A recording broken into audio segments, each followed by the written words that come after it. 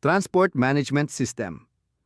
Ang Transport Management System o TMS ay app na gamit sa pag-track ng material consumption at sa pag-close ng ticket.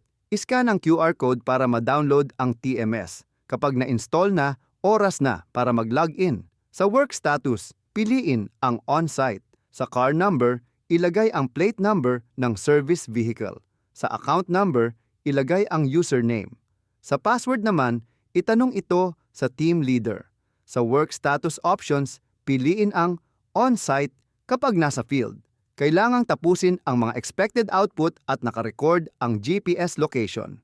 Office, kapag nagtatrabaho sa opisina o warehouse. Ang office work ay hindi nakalink sa service vehicle at walang output requirement. Maaaring kasama dito ang support tasks, delivery o training. Home, kapag nasa bahay, naka-day off o naka-leave. Pwede pa ring ma-access ang app para mag-check ng inventory o tingnan ng sahod.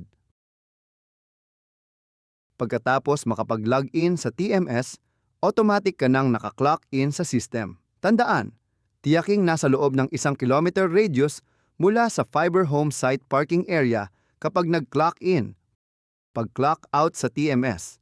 Kapag tapos ka na sa trabaho mo, gawin ang sumusunod. Bumalik sa homepage ng TMS. Itap ang clock out para opisyal na matapos ang shift.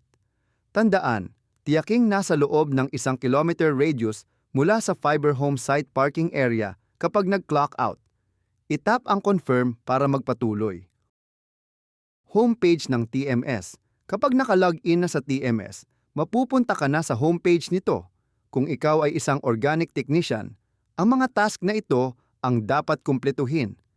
Dispatch. Listahan ng mga activities para sa buong araw ng trabaho. Receipt. Dito naglalagay ng mga detalye at mga litrato ng installation o repair para makumpleto ang activity. Inventory. Dito makikita ang base stock o mga materyales. Replenish notice. Dito makikita ang mga materials na dapat i-restock sa inventory kapag nagamit na ang mga materials sa mga activities.